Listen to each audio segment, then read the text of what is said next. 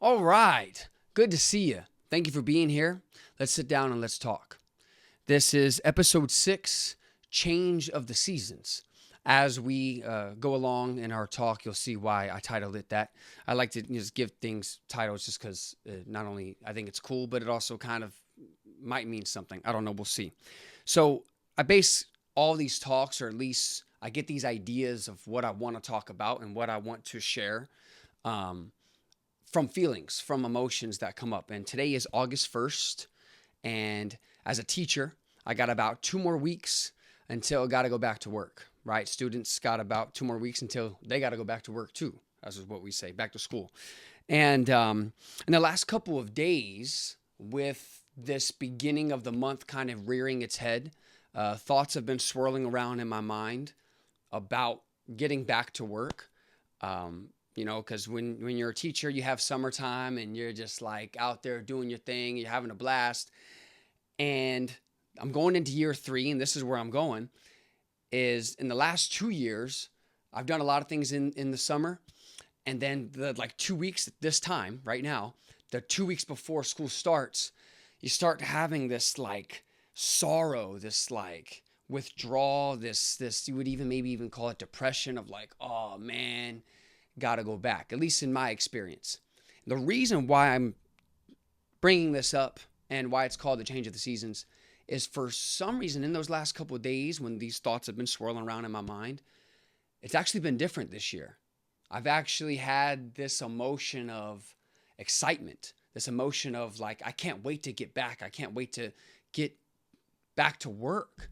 And that kind of baffled me. That surprised me for sure, because like I was saying, definitely in year 1, kind of being thrown into the fire. And that's just, it's nobody's fault, but really my own. And that's just how the profession goes, I guess, is you got to learn by experience. And I definitely had those jitters going into the first year. So if you're a first year, you're probably experiencing that. And I want to tell you, that's completely normal. I mean, I think it's normal. That's what I felt. Going into my second year, kind of same thing.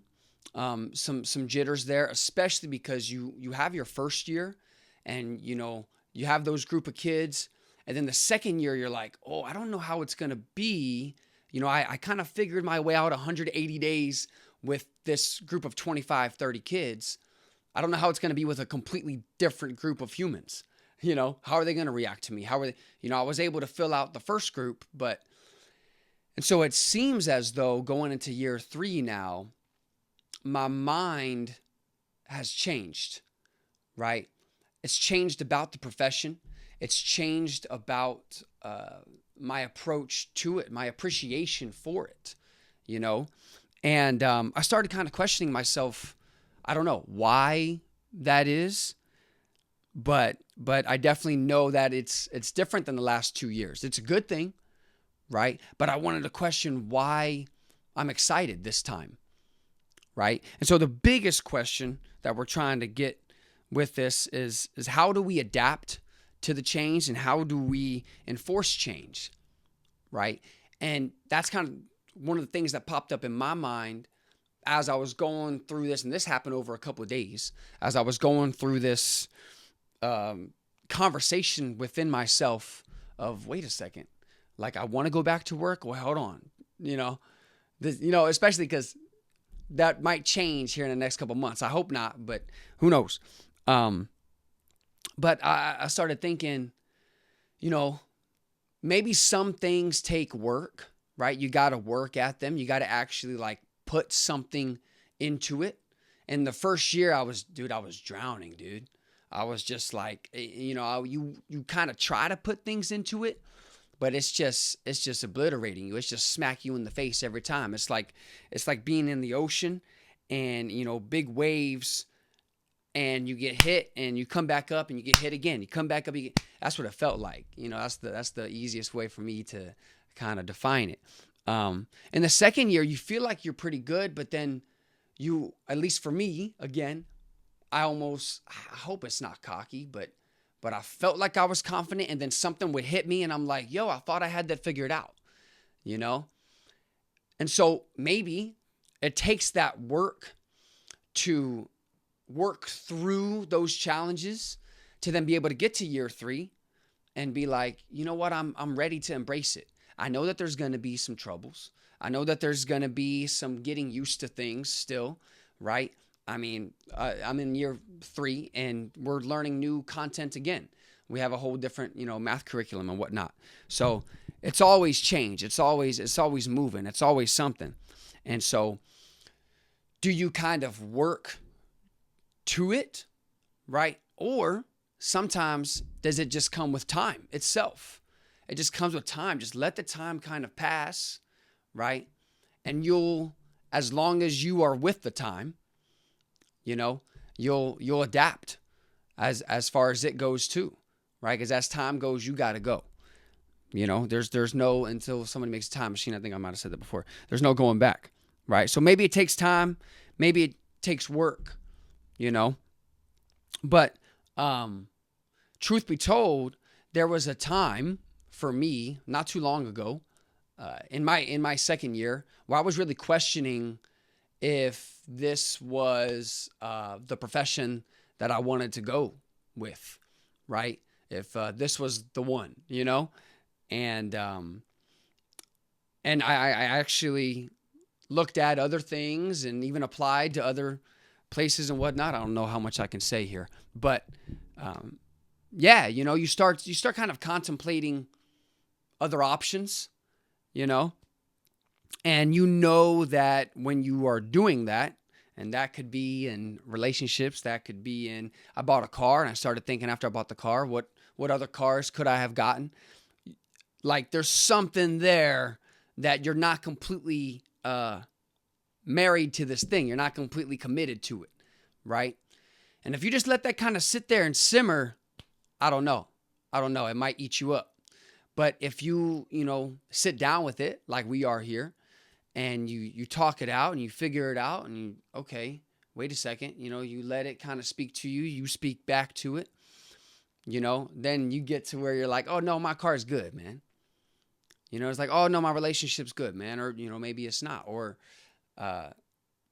my profession is good, man. Right? So it brings me to,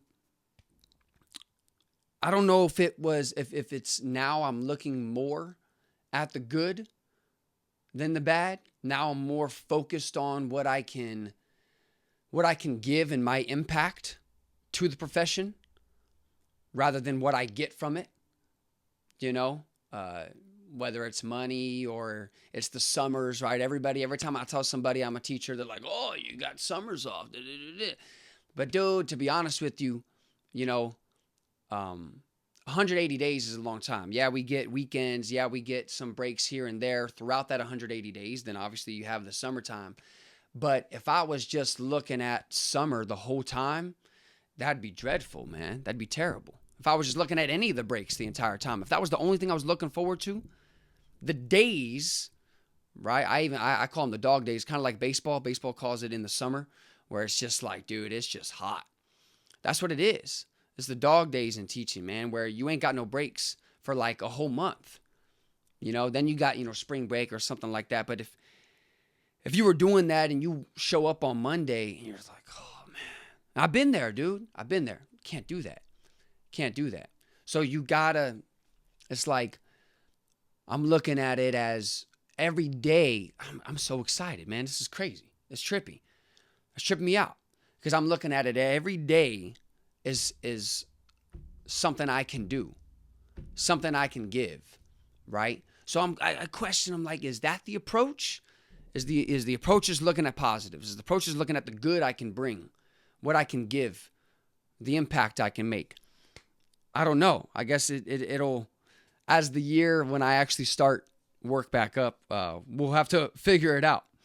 But once you go that route, then you start thinking, is everything that I think of as negative, is it actually negative?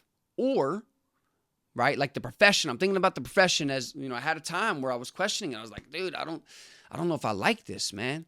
Is when I'm thinking about it in a negative light, is it really negative, or is it just my perspective assigning that title to it?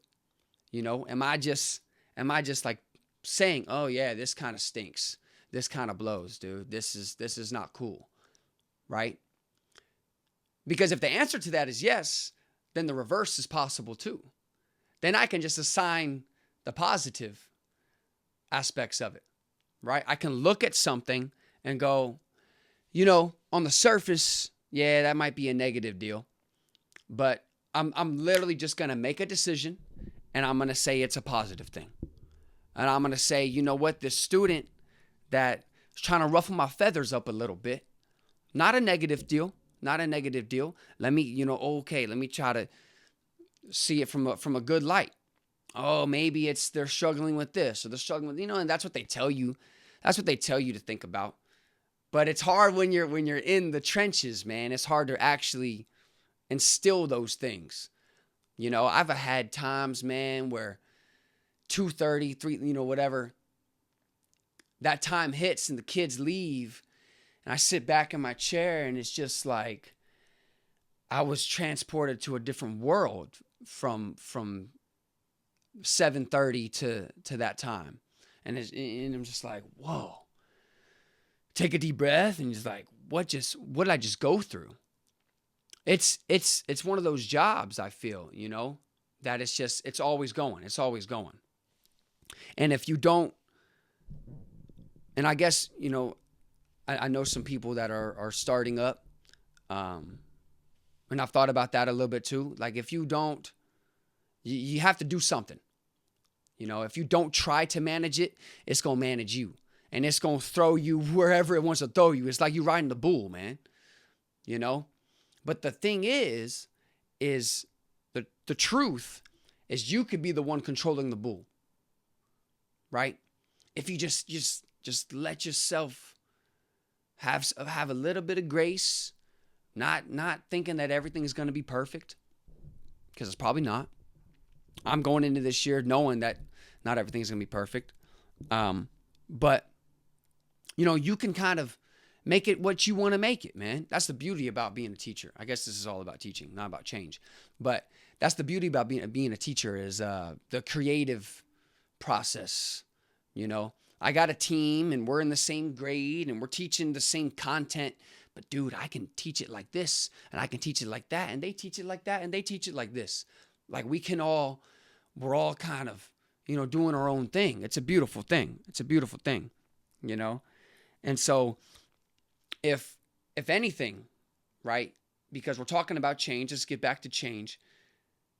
If change is coming at you, and on the surface you're like, man, that's a negative deal, but I can flip it into a positive thing, that's a powerful idea. That's a powerful idea. And that makes me think about, people say the world is your oyster, the world is a blank canvas.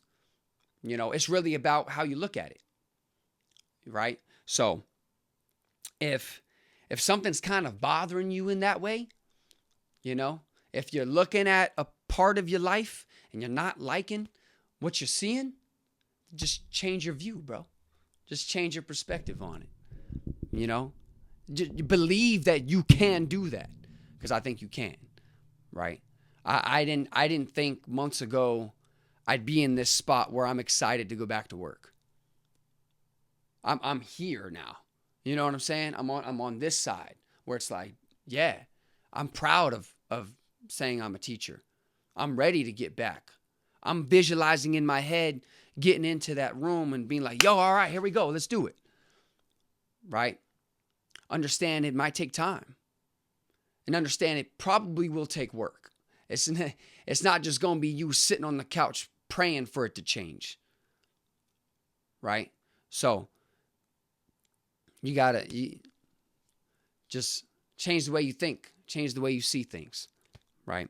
The second segment of today's show, I've been wanting to do this for a while, which is the whole kind of naked singer part of it.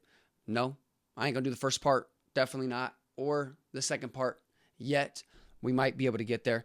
But I have been writing some poetry, and I think That's part of the creative expression, that in thinking of this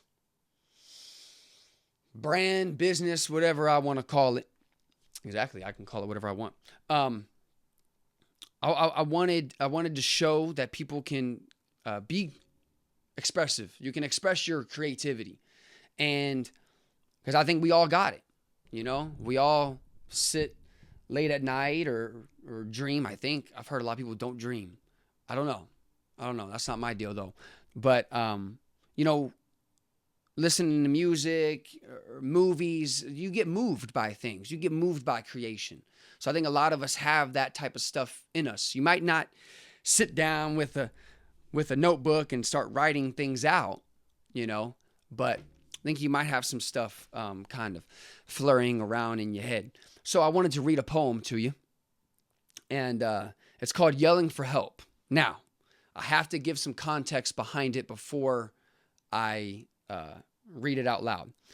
A couple months ago, I had a pretty traumatic experience, just for a second, and that'll be in the poem, where I was dancing right here in my room, and I can do, man. People say all the time they can listen to every music. I'm telling you, man.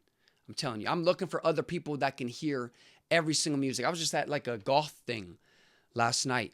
I honestly didn't even know what type of music that would be, but I was in there. It took a while. It took some time. It took some work to get on the dance floor. You can apply it to everything. But I started jamming, bro, and we was chilling. Anyway, I was listening to some music, and it was like some head banging stuff, and so I was banging my head, and I'm dancing, and out of nowhere, I get this pain in my neck, and I didn't think nothing of it, but it started kind of hurting a little bit, and I was like, oh man, yeah. So I stopped dancing, and I laid on the floor. I just laid on the floor. I laid all the way on the floor, my head back on the floor, back on the floor, head on the floor. And I was like, okay, this is nice. Yeah, all right. And after like a minute, I'm like, you know what? I think I want to get up. I think I'm chilling. All right, let's do it.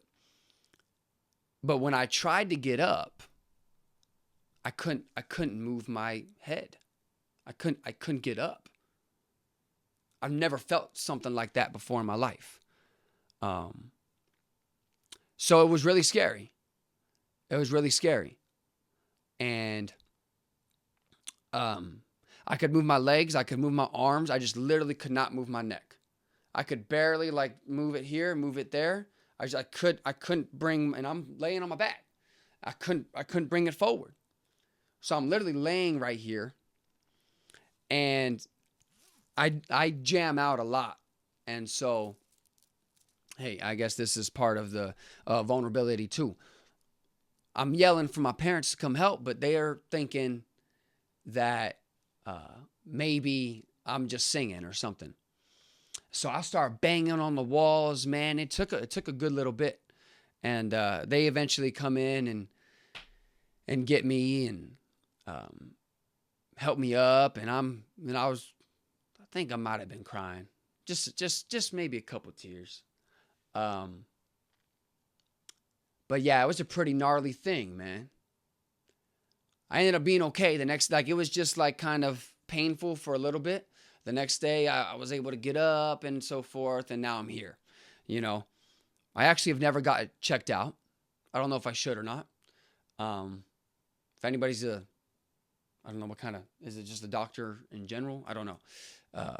But definitely give me some type of news about that. But anyway, that's the context behind it. Here's the poem. So here it goes. Laying on the floor, paralyzed by fear, was just dancing on the clouds, and now I am here. I was talking on the moon, I was having a blast, but at the snap of a finger, now that moment's in the past. I want to go back to it, but I can't move. Like a bug trapped in a web about to be food. The rage starts to build, the sorrow starts to cry, contemplations of my actions and wonders of why. Why me? Why now? These questions make their mark. As I plead for answers, I see the light in the dark. I admit what to do. Is it really up to me? It is a time that's been taken, a possession I have to leave. For if the moment is moving forward, I must too. I am not what I was then. I am new. Sounds like Dr. Seuss. A book. Anyway, I see with new eyes. I walk with new feet. Holding on to what was will only end in defeat. A man alone in a boat in the middle of the ocean, moved by the waves, the tide decides where he's going. My only true choice is how I interpret this event. Things will happen as they happen. No need to repent. The fear is not fear, but uncertainty disguised. I may not move my body, but I can move my mind. So what will be of what becomes, no one really knows. The tension releases. I focus on what's now, and then I start to feel a wiggle in my toes. So, with the context, it definitely helps it out. That takes you through the moment of it happening. And I got a couple other poems, too, that I'll eventually share with y'all. But from the moment that it happened, you know, to the kind of where it wasn't so bad anymore. But if I'm going to share those things, unless I'm asked, I want you guys to interpret yourself. So, that's the poem. And last thing I got for you, we're going to hit them all. We're not doing too bad on time today. I want to share some more stories. I guess that could have taken the time of the stories, but I'm going to do this anyway. Should still make less than 30 minutes, but we'll see. We're going to call this the Cards of Truth. I think I might have said it before, but I've just been a mime. The words of a mime, where I haven't really done anything, actually. So, I actually got this idea by playing this game with some people that I had my AI come up with some questions to get to know people. Started with some simple stuff, then some deeper stuff. All we had was a deck of cards. So how it goes is you just pull from the deck, you pull a card, and that card corresponds to a question. So, that being said, let's see. We got to flip this. We got to see where we're at here. So I'll pull from here, and we'll see what we got. 7 of spades. So then we come here, and here's the question. Let's see. I'll try to be as authentic as possible. What's a belief you no longer hold, and why? Ooh, belief no longer. That's tough because I think I've added a lot of different beliefs. I don't know if obviously there's like, I can't say that because, I got 6th grade students, but a belief you no longer hold and why. I'll tell you what would be cool if you think about it at the same time that I'm thinking about it here. Let's see. A belief you no longer hold. You know what? I got to be real with you. What pops into my head is for a long time, I don't know if I don't believe it anymore, but I question it. For a long time, I would always say, and this question, it would probably be stronger if it was like a belief that you grew up saying. I'm going to go that route anyway. And that is everything happens for a reason. I used to always say that. And I just, in thinking about this question, I don't really say that anymore. I don't really know why. But I think it's mainly because I think You get older. When you're young, you feel like you got time on your side. You get older and you start seeing other stuff, tragedies happen or whatever it is. And so you start questioning. It's like, wait, hold on. Do I really have all that time? I don't know, and everything happens for a reason. That saying it's almost like it points to the future too much. I think the future is super important. I think I'm doing this for my future. Literally, I'm doing this for my own. I want to look back and watch these videos. If nothing ever amounts of it, right? I want to look back and be like, yo, dude, that was me. Yo, that's crazy. Whether it's just visually or it's the way I thought or, whatever. Future, could be something does happen with it, whatever. But everything happens for a reason is a tough one to kind of be married to nowadays. It's almost like it takes the power out of my hands when I say that. It's almost like too faith-driven, and I believe in you want to have that faith. You should believe in something bigger than yourself, whether that's religious or not. But everything happening for a reason. It can sometimes mess with you. Maybe that's why. It can sometimes mess with you because sometimes then I start to look for that reason. It's like, why did this occur? Like when something happens and you're just like, I can't even wrap my mind around, I didn't see it coming. It was unpredictable. I don't know why this had to be like this. I don't know why this is like this. Right? And it's hard to sit in that discomfort. So then you actually start looking for reasons. I know everything happens for a reason. It's easy. It's easier said than done. It's easy to be like, okay, it happens for a reason. But then you get uncomfortable. You're like, well, what's the reason? Right?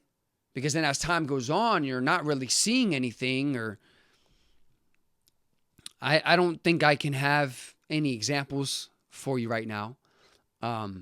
But yeah, that's just a saying that I've started to, I think I've gone away from it because it actually keeps me more, for me, it keeps me more present. It keeps me more present to not say that, to kind of, I guess, make the reasons myself. I don't know. I don't know how selfish that sounds. Man, that's a tough one, man. There's a lot of thinking. I'm probably going to think for a while, actually, after this. If you can, man, definitely let me know what y'all think. You don't have to share your story of what your belief that you no longer hold or what you used to believe in growing up is, but you could definitely slice and dice mine. I'm here for it, So, yeah. I'm going to leave it at that for today. It was a great talk. I really appreciate you being here. Remember that you are powerful beyond measure. Okay? But until next time, peace.